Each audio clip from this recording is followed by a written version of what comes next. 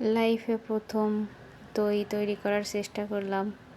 তো আমি আগে কখনো কারো দই তৈরি করার দেখিও নাই, আবার নিজেও কখনো তৈরি করি নাই। তো এটা ফার্স্ট টাইম। আল্লাহ জানে কি হয়েছে ভিতরে। এখন দেখা যাক, মুখ খুলে দেখি যে কি হয়েছে না হয়েছে।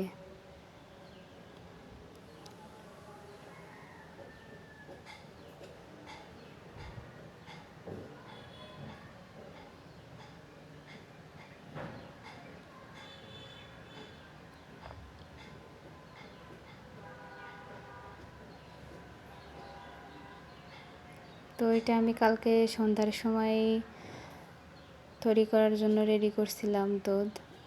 তো সারা রাত রেখে দিছিলাম, এখন সকালে খুলছি।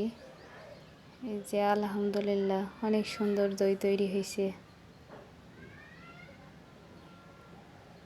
এই যে জমে গেছে, অনেক সুন্দর তৈরি হয়েছে।